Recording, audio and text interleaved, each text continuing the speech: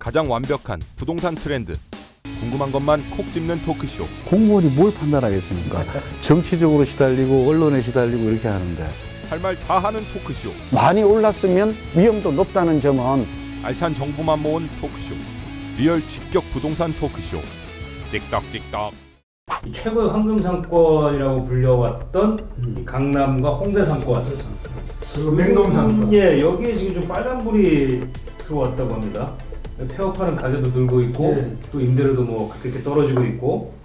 그래서 이게 도대체 왜 이런 일이 벌어지고 있는 건지. 제가 조금 조사를 해보니까 우리가 알고 있는 것보다도 조금 충격적인 내용이 많아요. 물론 우리 조선일보에도 지금 보도가 된 적이 있지만 우리나라의 대표 상권, 거점 상권, 중심 상권이라고 하는 소위 글로벌 상권이라고 하는 강남과 맹동과 홍대마저도, 홍대는 아직 하락 추세가 뚜렷하지는 않아요. 그러나 이 상권마저도 흔들리고 있다는 점에 예컨대 임대료가 6%, 그러니까 작년 4, 4분기가 고비가 된 것 같아요. 정점을 찍고. 그러니까 4, 4분기 이후에 상권이 쇠퇴하는, 그러니까 공실률은 늘어나고 임대료, 그러니까 매출이 줄어드는 게 원인이겠죠. 매출이 줄면서 공실률이 늘어나고 매물도 늘어나는 상당히 좋지 않은 이런 악순환이 예. 지금 나타나고 있어요. 그 대표적인 게 지금 명동이에요. 명동은 요크의 발길이 끊기면서 자고 나면 빈점포가 생긴답니다.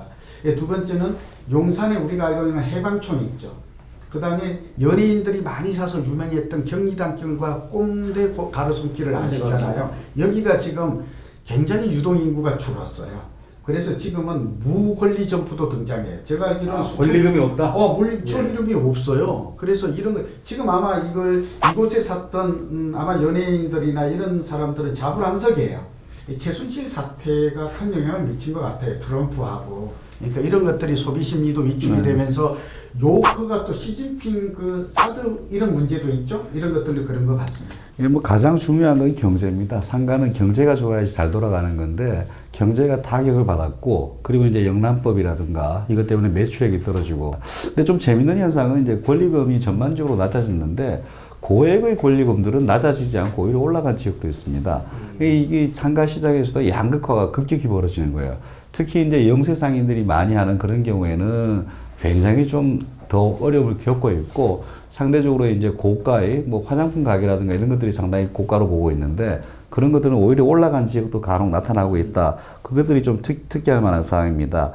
그리고 이 지역들이 이제 임대료가 지금 한 6% 낮아졌다 했는데 저는 더 낮아졌다고 봐요. 왜 그런가 하면은 뭐 컨세션 피라고 하는데 뭐 렌트 프리도 하고 인테리어도 제공하고 이러거든요. 아주 안 들어올 때는. 그러니까 실질적으로 이제 임대료를 낮추면은 임대료 떨어졌기 때문에 자산 가치도 떨어진 효과가 바로 발생합니다. 근데 임대료는 그대로 유지하면서 니네 이사 비용을 내가 줄게. 아니면 뭐 인테리어 내가 해줄게. 들어와라. 그러니까 실제로는 이거보다 더 떨어졌다는 거죠.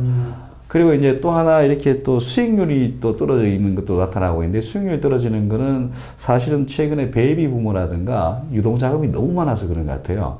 뭐 꼬마 빌딩 같은 경우에 최근 5년 사이에 2배, 3배 뛰었거든요. 그런 수익률이 뭐 2% 이렇게 나옵니다. 그런 지역 같은 경우에 또 상대적으로 여유가 있는 사람이기 때문에 뭐 임대를 안 받기도 하고 뭐 그렇게 버티는 사람도 있지만 좀 지나면 아마 더 떨어지지 않을까, 저는 그렇게 보여집니다. 네, 제가 지금 아까 상권 임대료 변화 잠깐 그걸 좀 놓쳤는데 조금 참고로 말씀드릴게요.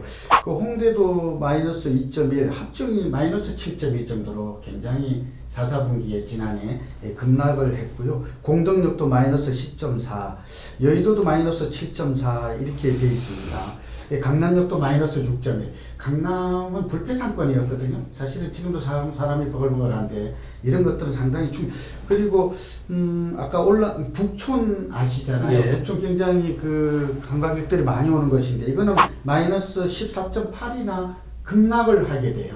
반대로 서촌 지역은 또 13.5%가 오히려 임대료가 올라가고 있고, 아까 교수님 올라가는 것도 있다고 말씀하셨는데 이대 상권이 다시 부활을 해요. 이런 거는 굉장히 그 패션 문화거리로 바뀌면서, 그러니까 이 지금 서울의 상권도 지형도가 지금 급변하고 있다.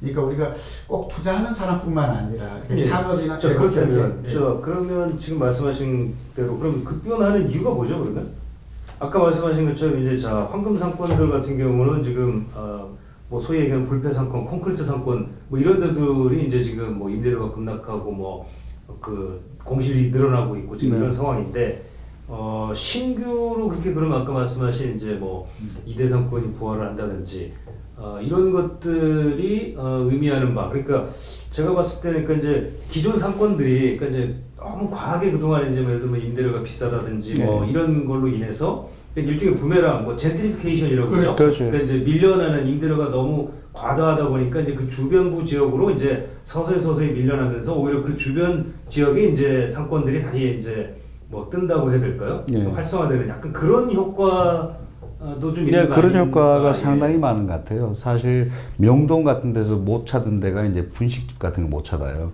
임대를 못 내니까. 그럼 분식집이 장사를 하고 싶으면 다른 데를 가야 되는데 우리는 그 속도가 굉장히 빠른 것 같습니다. 선진국들 같은 경우에는 하나의 상권이 형성되는데 20-30년이 걸리는데 우리는 한 5년 내에 새로운 패션이 생겼다가 사라지고 뭐 이렇게 빠른 것 같아요. 그 기전은 뭔가 하면은 너무 획일적으로 공급되었던 것들이 특색 있는 것들이 하나씩 나타나면서 쇠락하고 새로운 쪽으로 옮겨가고 그리고 또 이것들이 또 똑같은 젠트리피케이션 과정을 겪습니다.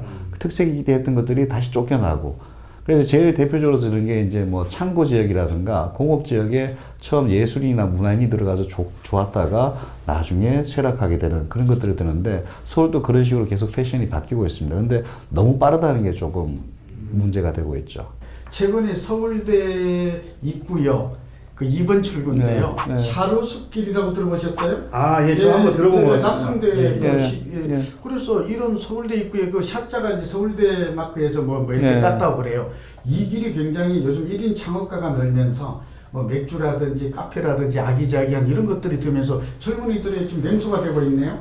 예, 두 번째 망리단길이 생겼어요. 망리단. 예, 지금 아까 우리 망리단. 제트리에 예. 이게 뭐냐면 망원동하고 경리단의 합성한데 이게 뭐냐 그러면 지금 홍대 입구가 자꾸 커져요. 그리고 임대료가 높아가요. 그러니까 영세한 우리 젊은이들이 어디 갈 곳이 없는 것이죠. 결국은 이제 젠트리피케이션을 연남도 갔다가 예. 다 갔잖아요. 지금 그러다가 지금 이제 가고 합정동 다 커져 버렸거든요. 그러다 보니까 임대료가 높아가니까 이제 망원동으로 가는 거예요. 여기서 망원시장가. 재미나는 현상은 이건 바람직해 보여요. 이제는 도심의 상권보다 사람들의 그 우리가 이제 말하자면 트렌드가 바뀌고 있어요. 그러니까 소비 자체를 아까 강남역이나 홍대 입구나 맹동에서 이런 사람들도 있지만 지금은 문화적인 소비 조용한 걸 원하는 사람들은 이게 아기자기한 특색 있는 나만의 골목을 간다는 거 이거 굉장히 의미가 있는 거고요. 마침 돈 없는 창업가들이 이게 또 이해관계가 맞아떨어지죠. 그러면서 기존에 있는 재래시장과 연결되는 골목길이 살아나요. 이 지자체의 노력도 있고 이게 굉장히 또 하나가 두 가지를 좀 하죠. 정부 차원에서 하나는 대림동. 영등포구 대림동. 네, 예, 여기 예. 중국인들하고 조선족이 많잖아요. 오히려 우리가 주춤한 사이에 이 사람들이 이게 집단처를 보면서 이 사람들의 소비는 굉장히 지갑을 열고 있다라는 거 아니에요.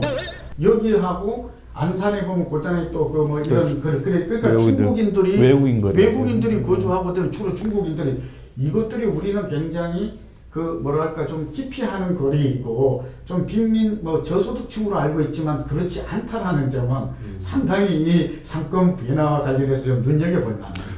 그 건대 앞에 중국인 거리 있어요. 나중에 양꼬치 먹으러 가요. 무지 좋습니다. 이제 지금 새로 이제 뜨는 상권들 예를 들어서 네. 뭐 그런데 그러면 뭐 구체적으로 예를 들어서 뭐 투자를 한다고 그러면 어떤 식으로 네. 뭐 어떤 식으로 투자를 해야 될까요? 저는 이제 아까 우리나라 대표 상권, 중심 상권 이런 상권보다는 여기는 아직도 여전히 임대료가 비싸죠. 매매 가격도. 근데 이런 것들이 지금 앞으로도 지금 유커들이 다시 오거나 일본 관광객이 오거나 이렇게 되기는 좀 어려워 보여요. 그래서 저는 개인적으로 임대료나 상가의 매매 가격도 이제 좀 꼭지를 찍었지 않았나. 개인적으로 더 올라가기는 어렵다. 그동안 천정부지로 오른 건 맞잖아요. 또 비싼 것도 많고. 지금 가격을 아는데 공개할 수도 있죠. 어쨌든 서울의 평균 제곱미터당 임대료가 한 12만 원 정도 돼요.